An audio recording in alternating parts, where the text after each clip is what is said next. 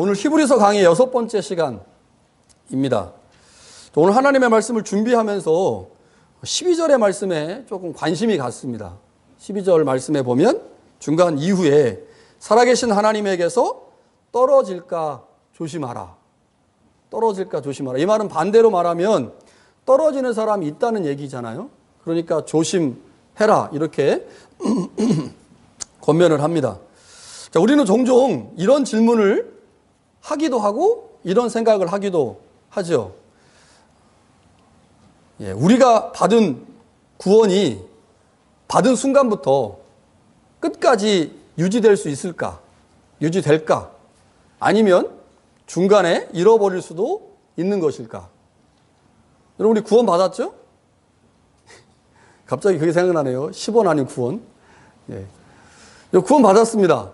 구원 받았는데 여러분, 우리가 받은 구원이 자동적으로 주님 오실 때까지 유지가 돼서 한 번 받은 구원은 끝까지 유지될까?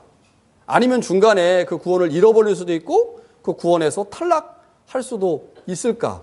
어떻게 생각하십니까?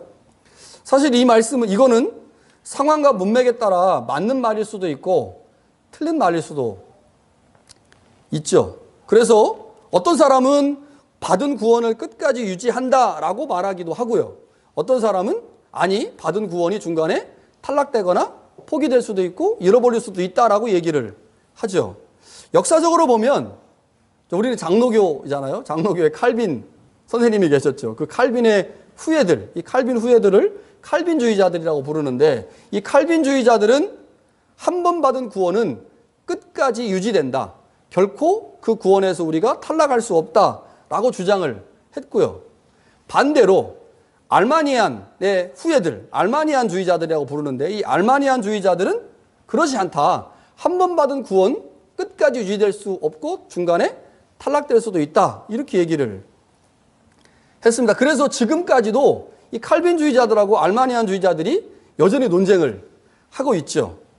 우리는 칼빈의 후예들이기 때문에 이제 장로교죠. 장로교에서 중요한 교리 중에 하나가 예정론이잖아요. 그 장로교의 예정론을 뭐라고 부르냐면 이중예정이라고 부릅니다. 천국 갈 사람과 지옥 갈 사람을 미리 정해놨다. 뭐 이렇게 얘기를 하죠. 그런데 이것에 대해서 알마니안주의자들은요 반대합니다. 그렇지 않다. 어떻게 그럴 수 있느냐라고 하는데 이 알마니안주의자들과 조금 신학적으로 경향이 비슷한 게 감리교예요. 그래서 감리교는 장로교가 주장하는 이중예정을 주장하지 않고 예지예정론이라고 좀 다른 주장을 하죠. 제가 여기서 뭐 교리적으로 뭐가 맞냐, 틀리냐를 논증하려고 하는 건 아니고요. 오늘 본문의 말씀을 보면서 과연 우리가 하나님을 믿고 하나님의 구원을 받았는데 우리가 받은 이 구원이 끝까지 유지될 수 있을까? 아니면 중간에 탈락되거나 중간에 그 구원을 잃어버릴 수도 있을까? 성경은 뭐라고 말씀하고 있는가? 오늘 본문은 우리 가운데 뭐라고 권면하고 있는가? 이런 것들을 좀 한번 생각하면서 오늘 말씀을 좀 들으면 좋겠습니다. 오늘 본문은 두 부분으로 구성되어 있습니다. 제가 오늘 두 부분 중에 후반부를 읽었습니다. 7절부터 19절까지 중에 7절부터 11절까지 하고요. 12절부터 19절까지 두 단락으로 나눌 수 있는데 나누는 이유는 앞단락은 시편 95편을 인용한 단락이죠. 그러니까 저자가 뭔가를 얘기하고 싶어가지고 시편 95편의 말씀을 인용해가지고 그 말씀을 쭉 기록합니다. 그리고 나서 12절부터 19절에 그 인용한 시편이 어떤 의미를 갖고 있는지를 해석해요. 해석. 그래서 앞부분은 인용이고 뒷부분은 해석이죠. 그런데 오늘 본문의 말씀, 이 긴 7절부터 19절까지의 긴 말씀은 사실 지난주에 우리가 살펴본 말씀과 연결되어 있습니다. 자, 지난주의 말씀을 한번 볼까요? 지난주에 설교를 못 들으신 분이 혹 계실 수도 있으니까요. 6절 B를 한번 보겠습니다. 6절 B. 같이 한번 읽어볼까요? 6절 B. 중간에 하셨으니 다음부터입니다. 우리가부터 한번 읽어보겠습니다. 시작. 우리가 소망의 확신과 자랑을 끝까지 굳게 잡고 있으면 우리는 그의 집이라. 요 비슷한 말씀이 또 어디에 나와 있냐면요. 13절에 나와 있어요. 14절을 한번 보겠습니다. 14절 같이 한번 읽어보겠습니다. 시작. 우리가 시작할 때 확신한 것을 끝까지 견고히 잡고 있으면 그리스도와 함께 참여한 자가 되리라. 그러니까 6절에는 우리는 그의 집이다라고 표현하는데 이거를 14절에는 그리스도와 함께 참여한 자가 된다 이렇게 표현을 하죠. 근데 조건이 뭡니까? 어떨 때 우리가 하나님의 집이고 그리스도와 함께 참여한 자가 될 수 있느냐? 조건이 뭐예요? 확신한 것을 끝까지 붙잡고 있으면 이거예요. 끝까지 붙잡고 있으면. 자, 6절 B부분과 14절이 비슷한 말씀으로 되어 있기 때문에 오늘 본문의 말씀 7절부터 19절까지는 사실은 6절 B에 있는 말씀에 대한 해설입니다. 6절 B에 있는 말씀의 해설. 다시 말하면 우리가 어떻게 하는 것이 확신과 자랑을 끝까지 붙잡고 있는 거냐. 다시 말하면 어떻게 하는 것이 우리가 하나님의 집의 백성으로서의 삶을 의미하는 것이냐. 자, 이것을요, 이스라엘의 역사적인 상황을 가져다가 이스라엘의 상황을 가지고 설명하고 있는 거죠. 자, 3장 7절부터 11절이 시편 95편의 말씀을 인용한 건데 이게 역사적으로 이제 그 모세 오경으로 가보면 출애굽기 17장이나 민수기 14장의 내용을 요약한 것으로 이해할 수 있습니다. 그 중에서 우리가 민수기 14장을 한번 간단하게 보면 이스라엘 백성들이 가나안 땅을 차지하기 위해서 정탐꾼을 보낸 사건이 민수기 14장이에요. 근데 여러분 성경을 다 읽어보셨으니까 아시겠지만 이스라엘 백성들이 출애굽을 해가지고요, 그 가나안 땅에 정탐꾼을 보내기까지 기간이 약 2년이었습니다. 그러니까 2년 동안 열심히 와가지고요, 그 정탐꾼을 보내는 지역에 도착을 했어요.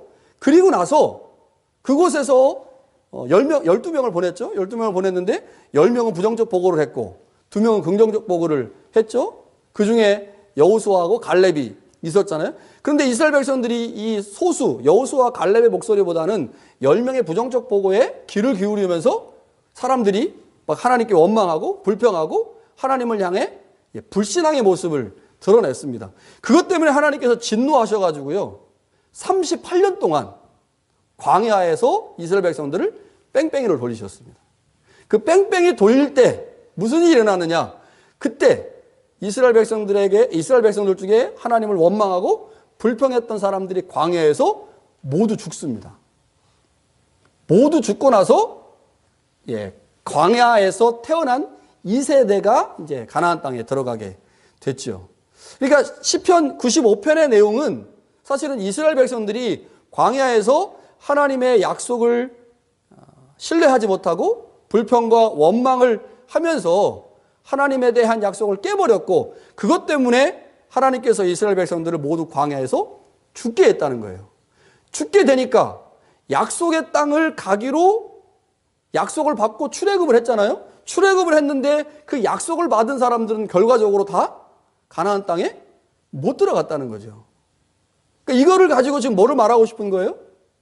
우리도 처음에 예수를 그리스도로 믿고 고백해서 유대교에서 기독교로 왔는데 그렇게 신앙을 시작했는데 예수 그리스도를 끝까지 붙잡고 있지 않으면 이스라엘이 광야에서 죽은 것처럼, 그래서 가나안 땅에 약속의 땅에 들어가지 못한 것처럼 우리도 예수님이 계신 그 약속의 천국에 들어가지 못할 수도 있다. 하나님에게서 떨어지는 자가 있을 수도 있으니 정신 똑바로 안 차리면 우리도 이스라엘처럼 될 수 있다라고 하는 것이 오늘 본문의 내용입니다. 그러니까 이 본문의 내용은 사실은 굉장히 엄중하고 굉장히 무거운 내용이고, 우리로 이제 쉽게 말하면 좀 센 거죠. 내용이 셉니다. 야, 그럼에도 불구하고 들어갈 수 있어. 그럼에도 불구하고 하나님이 너를 구원하실 거야. 이런 얘기를 해야 되는데, 아니, 정신 똑바로 차려야 돼. 너희들 이스라엘처럼 가나안 땅에 못 들어갈 수도 있어. 약속의 땅에 못 들어갈 수도 있어. 라고 얘기하는 게 오늘 본문의 말씀이죠. 오늘 본문의 말씀은 그래서요, 우리가 하나님의 집안 사람으로 혹은 하나님의 백성으로서의 자격과 위치가 영원하지 않을 수도 있다. 영원하지 않을 수도 있다라고 하는 것을 말하는 것이 오늘 본문의 말씀입니다. 그런데 좀 이상하죠? 한 번 받은 구원이 그럼 취소될 수 있을까요? 한 번 받은 구원이 취소될 수 있을까? 내가 구원을 받았는데 그 받은 구원이 없어질 수도 있을까? 어떻게 생각하십니까? 우리는 장로교인으로서 하나님의 주권과 절대적 구원하심을 믿기 때문에 그런 말을 할 때 좀 어려움이 있죠. 근데 이걸 나눠서 생각을 해야 됩니다. 오늘 본문의 말씀 14절도 그렇고요. 6절에서도 그렇고 조건을 달거든요. 조건을. 너희가 끝까지 붙잡고 있으면. 끝까지 붙잡고 있으면 우리는 그의 집이라. 끝까지 붙잡고 있으면 그리스도와 함께 참여할 것이다 라고 말하죠. 반대로 말하면요. 붙잡지 않으면. 누가 붙잡지 않는 겁니까? 하나님이 우리한테 야 붙잡지 마. 제발 좀 손 좀 놔. 이렇게 말씀하시나요? 아니요. 하나님은 그렇게 말씀하지 않죠. 손을 놓으려고 하면 야 그래도 붙잡아야지. 왜 손 놓으려고 그래? 이렇게 말씀하시잖아요. 그러니까 하나님 편에서는요. 절대로 우리에게 허락하신 구원을 하나님 쪽에서 취소하는 법은 없습니다. 그 어떠한 경우에도. 그 어떠한 경우에도 하나님 쪽에서 하나님이 베푸신 구원을 취소하지 않습니다. 그래서 하나님은 한번 구원한 자를 영원한 천국으로 인도하시죠. 그런데 문제는 뭡니까? 그 받은 구원을 누구 쪽에서 취소를 해요? 우리 쪽에서 취소한다는 거예요. 우리 쪽에서. 우리 쪽에서 손을 놓으려고 하고, 우리 쪽에서 부정하고, 우리 쪽에서 믿지 못하고, 불신앙하고 불순종함으로 우리 쪽에서 취소가 될 수 있다는 거죠. 하나님은 결코 자신이 약속하신 그 약속을 영원토록 지키시기에 하나님은 결코 취소하지 않습니다. 그러나 우리가 하나님이 우리 가운데 주신 그 약속을 우리 쪽에서 파기한다면 하나님 어떻게 하시겠습니까? 하나님도 방법이 없다는 거예요. 하나님도 방법이 없다. 그래서 조건문으로 얘기하는 거죠. 끝까지 붙잡고 있으면, 끝까지 붙잡고 있으면 하나님이 우리를 돌보시고 우리를 인도하시고 우리와 함께 하실 것이지만 우리가 그 손을 놓거나 그 약속을 파기한다면 우리가 하나님의 백성이라고 얘기하지만 하나님의 집안 사람이라고 얘기하지만 결국 그 집안 사람에서 우리가 밀려나기도 하고 떨어져 나갈 수도 있다라고 얘기를 하는 거죠. 그러니까 지금 저자는 만약의 상황을 가정하는 거예요. 만약 우리도 스스로를 경계하지 않는다면 이스라엘처럼 탈락할 수 있다. 그러니 깨어 있어라. 그러니 조심해라. 그러니 주님의 십자가를 바라봐라 라고 얘기를 하는 거죠. 12절부터 19절에서요. 이스라엘의 상황을 히브리서를 읽고 있는 공동체에게 적용을 하죠. 적용을 하면서 우리가 눈여겨봐야 될 단어가 12절과 19절에 있습니다. 12절을 한번 보실까요? 12절을 보시면 중간에 믿지 아니하는 악한 마음을 품고라고 되어 있어요. 믿지 아니하는 악한 마음을 품고. 19절에 보면요. 믿지 아니함으로. 도대체 왜 출애굽 1세대들이 가나안 땅에 들어가지 못하고 광야에서 죽었느냐? 이유는 간단합니다. 믿지 아니하는 악한 마음 때문에 그래. 악한 마음 때문에. 19절에도 보면 믿지 아니함으로 능히 들어가지 못했다. 그럼 왜 믿지 못할까요? 어디서 우리의 믿음이 시작됩니까? 어디서 믿음이 시작돼요? 마음에서 시작되죠. 믿음은 마음에서 시작됩니다. 그래서 바울도 그렇게 얘기하잖아요. 마음으로 믿어. 마음으로 믿어 의에 이르고 입으로 시인하여 구원에 이른다. 마음은 믿음에서 시작됩니다. 그런데 이 마음에 문제가 생기면 안 믿어지는 거예요. 안 믿어져. 그 마음이 어떻게 할 때 문제가 생기느냐? 오늘 성경은 뭐라고 말하냐? 우리의 마음이 완악해지면, 완고해지면 마음이 믿어지지 않는 거죠. 자, 마음이 완악해지고 완고해져서 믿음이 안 생기는데 그럼 도대체 뭐 때문에 그러냐? 오늘 본문의 말씀이 뭐라고 말씀하고 있을까요? 12절에 보면 믿지 아니하는 악한 마음을 품고 살아계신 하나님에게 떨어지니까 조심하라 라고 얘기를 하죠. 자, 그런데 15절을 한번 보세요. 15절. 오늘 너희가 그의 음성을 듣거든 경노하게 하시던 것 같이 너희 마음을 완고하게 하지 말라. 완고하게 하지 말라. 자, 이스라엘의 역사적 상황을 쭉 살펴서 보면요. 이스라엘 역사적 상황을 쭉 살펴서 보면 이스라엘 백성들이 마음이 완악해지고 그 완악한 마음 때문에 하나님을 향한 믿음이 약해지면 불순종으로 나타났어요. 그런데 민수기를 쭉 살펴보니까요. 이스라엘 백성들이 왜 도대체 그들의 마음이 완악해지고 완고해졌을까? 13절과 15절에 보면 죄의 유혹을 받았다고 얘기를 하는데 이스라엘 백성들에게 구체적으로 적용해 보면 아주 간단합니다. 약속의 땅은 멀리 있죠. 눈에 보이지 않습니다. 약속의 땅은 눈에 보이지 않아요. 멀리 있어요. 그리고 광야는 어떻습니까? 그들의 삶에 눈에 보이는 현장이죠. 그러니까 우리도 천국을 믿기가 너무너무 힘이 들죠. 천국은 눈에 보이지 않으니까. 하나님을 믿기가 너무너무 힘이 듭니다. 하나님은 보이지 않으니까. 근데 우리는 뭐는 봐요? 내 통장의 잔고는 보죠. 우리 집안의 냉장고에 있는 냉장고에 있는 음식은 보죠. 그러니까 이걸 보인단 말이에요. 그러니까 보이는 것과 보이지 않는 것에 이 갭이 커지다 보면 그 안에서 점점점 눈에 보이는 것을 쫓아가게 되고 눈에 보이는 걸 쫓아가다 보면 하나님이 원하시는 마음이 안 생기죠. 그러면 그게 결국 마음이 완악해지는 건데 이스라엘 백성들의 상황을 보면요. 그들의 주위에 있는 그들의 눈에 보이는 것들을 따라가고 주위에 끌리다 보니 결국 하나님이 원하시고 말씀하셨던 하나님의 말씀을 따르거나 혹은 영원한 주님께서 허락하신 그 가나안을 바라보지 못하면서 결국 삶의 현장에서 불평불만하게 되고 하나님을 원망하게 된 거죠. 자, 히브리서를 읽고 있는 공동체, 우리가 계속해서 말씀드렸지만 박해와 고난으로 온갖 어려움을 당했습니다. 그러니까 박해와 고난을 당하니까요, 자꾸 유혹이 생기는 거예요. 그러니까 이스라엘 백성들처럼. 광야에서 먹을 것이 없다 보니 하나님보다 어떤 다른 것들을 찾게 된 것처럼 히브리서를 읽고 있는 공동체도 박해와 고난을 받다 보니 유혹이 생기는 거죠. 그 유혹이 뭐냐면 예수님에 대한 절대성을 포기하고 싶은 마음들입니다. 예수님을 구주로 고백하는 믿음을 저버리고 싶은 마음이 생기는 거예요. 도대체 왜 이러한 유혹에 직면하게 됐을까? 예수를 믿는다고 하는 것이 안락함의 자리에 앉아있는 게 아닌데 그것이 예수님을 믿는 건데 신앙의 목적이 안락함에 있다 보니 안락함을 추구하고 박해를 피하고 싶으니까 당연히 유혹을 받게 되죠. 박해를 피하고 안락함의 자리에 앉고 싶으니 당연히 예수님을 그리스도로 고백하는 믿음도 저버리고 싶고 예수님에 대한 절대성도 포기하고 싶어지는 거죠. 그러니까 지금 저자가 오늘 본문을 통해서 말하고 싶은 내용은 상황은 다를 수 있겠지만 비슷하게 적용을 할 수 있다고 지금 저자가 본 거예요. 이스라엘 백성들이 가나안 땅에 들어가야 되는데 그 가나안 땅에 들어가지 못한 1세대들이 왜 가나안 땅에 들어가지 못했느냐? 그들의 마음의 완악함 때문이다. 그러니까 왜 도대체 마음의 완악함이 생겼느냐? 죄 때문에 그렇다는 거죠. 눈에 보이는 것에 이끌리면서 그들의 마음이 점점점 굳어지고 하나님의 약속의 말씀을 믿기보다는 환경과 주위를 보면서 하나님의 음성이 안 들리고 하나님의 일하심이 보이지 않게 되면서 결국 그들이 가나안 땅에 들어가지 못하고 멸망했다는 거예요. 그런데 똑같은 상황이 히브리서를 읽고 있는 공동체 가운데 나타날 수 있다는 거죠. 박해와 고난으로 인해 온갖 유혹에 직면해 있다는 거죠. 그 유혹 때문에 예수님을 포기하고 싶고 예수님을 그리스도로 인정하는 삶이 어려우니 더 나은 삶, 더 안락한 삶을 추구하고 싶은 생각이 들어진다는 거죠.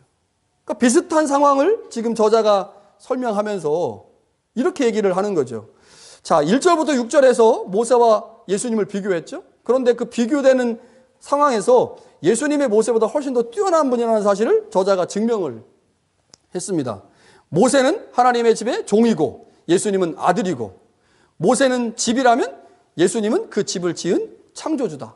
이런 얘기를 하면서 뭐를 강조했습니까? 예수님의 모세보다 훨씬 더 뛰어나신 분이라는 사실을 강조했는데 하나님께서 모세를 통해 허락하신 그 율법의 말씀에 순종하지 않은 이스라엘 백성들이 광야에서 모두 죽었는데 모세보다 훨씬 더 뛰어나신 예수님이 복음을 주셨고 그 예수님으로부터 나온 하나님의 말씀을 지키지 않고 유대교로 돌아간다면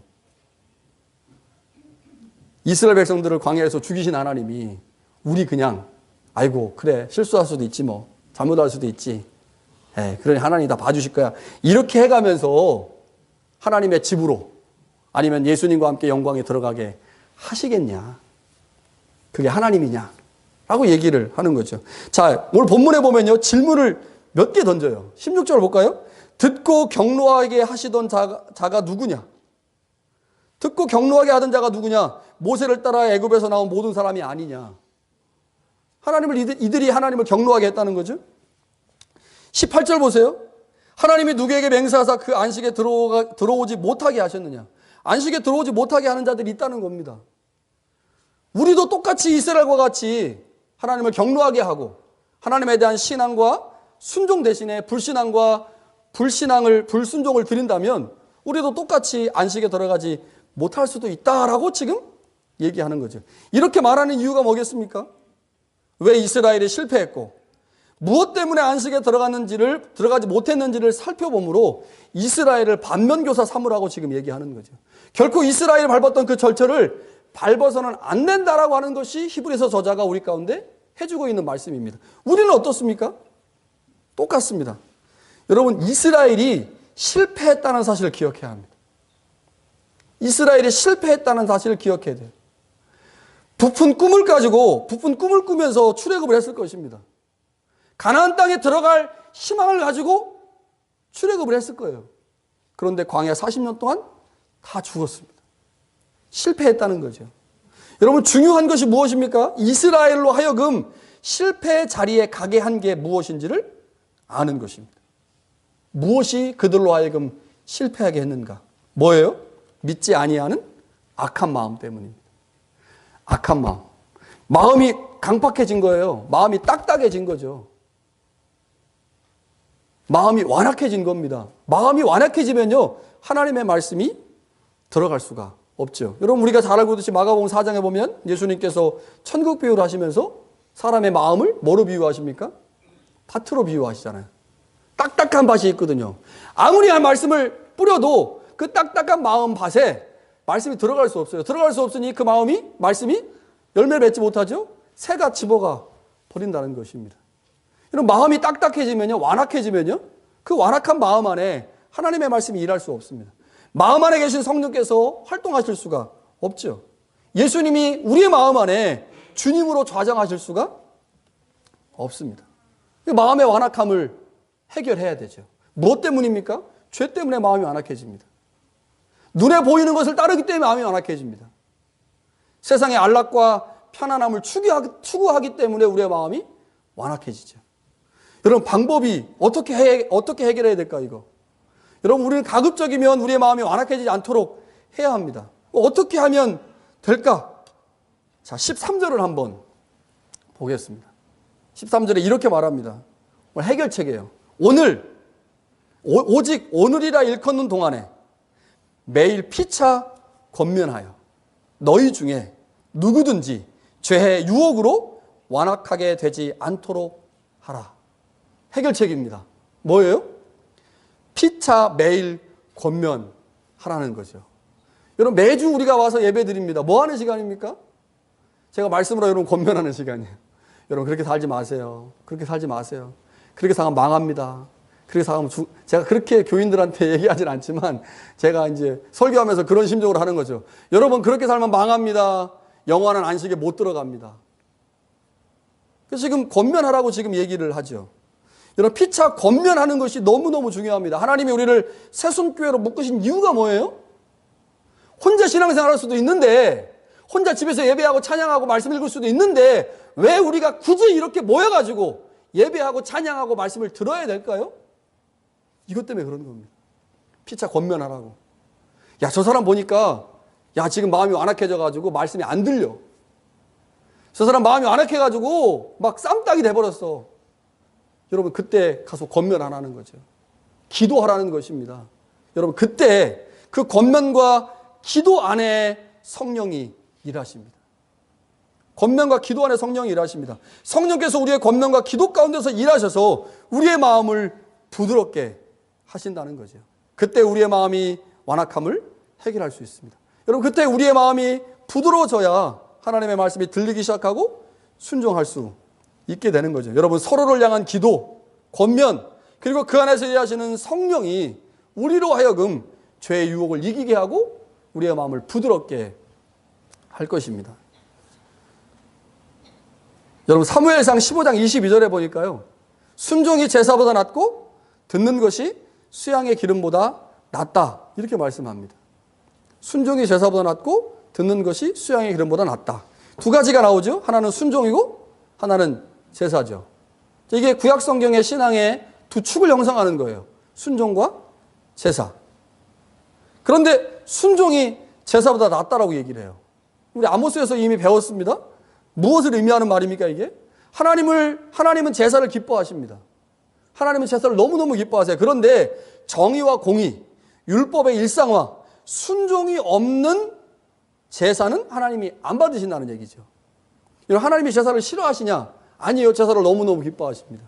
무슨 말입니까? 오늘 우리한테 좀 적용을 해보면 우리가 하나님 앞에 나와서 이렇게 예배해요. 제가 이제 그 캐네디언 교회를 다니시는 분들한테 이런 얘기를 가끔 합니다. 교회를 출석한다고 하는 것은 내가 예배를 드리고 있는 공동체의 구성원들과 교제하는 것을 의미합니다.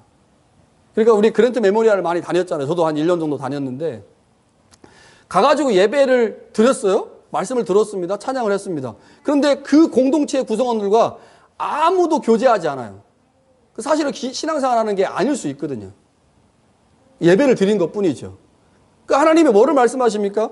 우리에게 순종이 제사보다 낫다. 듣는 것이 수양의 기름보다 낫다라고 하는 말의 의미를 조금 다시 해석을 해보면 하나님이 제사를 너무너무 기뻐하시지만 그 제사의 현장에 하나님의 말씀을 듣는 순종이 있어야 된다는 거죠. 오늘 본문의 말씀으로 하면 뭐겠습니까? 권면이 있어야 돼요. 권면이. 함께 예배하고 그 예배한 공동체 안에 서로를 향한 신앙의 권면이 있어야 돼요. 이번 주 어떻게 지냈니? 서로 얘기하면서 서로를 격려하고 기도하고 서로를 향한 사랑이 존재하는 예배, 그 예배를 하나님이 기뻐하신다는 거죠. 서로에게 관심이 없어요. 이 사람이 어떻게 살았는지, 일주일 어떻게 살았는지, 이 사람의 지금 아픔이 뭔지, 근심이 뭔지 관심 없어요. 그리고 나는 하나님 앞에 예배 잘 드렸어요. 그 예배 하나님이 기뻐하시지 않는다는 겁니다. 우리가 이 땅을 살아보면 죄의 유혹을 받죠. 힘들고 어려운 상황을 너무너무 많이 경험하게 됩니다. 그래서 하나님 앞에서 예배하지 않습니까? 예배하면서 모든 게 해결될 수 있나요? 해결되면 할렐루야지만 그렇지 않을 때가 너무 많죠. 왜 그럴까요? 하나님이 그 해결의 방법을 내 옆 사람에게 주셨기 때문에 그렇습니다. 옆 사람과 교제하고 친교하고 삶을 나누면서 내 안에 있는 문제들이 해결될 수 있거든요.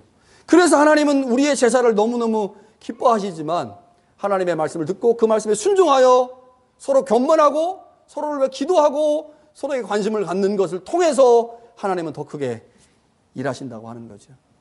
여러분, 하나님께서 우리를 예수 그리스도의 보혈로 하나로 묶으셨습니다. 우리를 예수 그리스도의 보혈로 하나 되게 하셨어요. 그게 새순교회입니다. 새순교회에 오신 지 10년 됐든 5년 됐든 1년 됐든 지금 오셨든 상관없습니다. 하나님 우리를 그렇게 묶으셨어요. 저도 교회 새순교회 다닌 지 5년밖에 안 됐습니다. 여러분과 저를 하나로 묶으셨죠. 우리를 하나 되게 하신 예수 그리스도의 보혈, 여러분 그 보혈을 기억해야 합니다. 그리스도 안에서 한 피를 받은 우리는 서로에 대한 일정 부분의 책임이 있어요. 저 사람 저렇게 사는 거 내 책임이라고 생각하셔야 됩니다. 저 사람이 마음에 굳어져서 그 누구의 말도 듣지 않는 그러한 신앙을 갖고 있다면 그거 내 책임입니다. 하나님이 우리를 하나로 묶으셨기 때문에 그렇죠. 하나님에게서 떨어지려고 하는 사람이 있을 때 혹은 안식에 들어오지 못하는 사람이 있을 때 권면하고 기도하는 것, 그거 우리의 책임입니다. 하나님이 우리를 새순교회로 묶으신 이유, 새순교회 안에서 신앙생활을 하게 하신 이유가 바로 그것이죠. 나 혼자 감당할 수 없는 짐이 있을 때 그 짐을 서로 나누어지고 함께 해결하라고 새순교회로 우리를 묶으셨습니다. 이번 한 주간 여러분의 주위에 있는 또 여러분의 목장에 있는 식구들을 위해서 기도하면 좋겠습니다. 여러분, 나의 문제가 너무 커가지고 다른 사람의 문제가 안 보일 수도 있지만 그러면 그럴수록 나의 문제를 넘어서서 다른 사람의 문제들을 볼 수 있으면 좋겠습니다. 그래서 히브리서 저자가 공동체에게 지금 간절히 부탁하고 있잖아요. 이스라엘이 실패한 것처럼 실패하지 말자. 실패하지 않으려면 권면하고 기도해야 된다는 거죠. 권면하고 기도만이 우리를 그리스도에게 붙들어 있게 할 것이고 결국 우리를 구원할 것이고 영원한 안식에 들어가게 할 수 있다고 말씀합니다. 그리스도 안에서 서로를 위해 격려하고 기도함으로 우리 모두가 소망의 확신과 자랑을 끝까지 붙잡음으로 예수님께서 계신 그 영원한 도성에 모두 함께 갈 수 있기를 간절히 축원합니다. 주님이 이 땅에 다시 오실 때까지 한 사람도 낙오하지 않고 공동체에서 이탈하지 않고 주님의 나라에 함께 갈 수 있기를 간절히 축원합니다.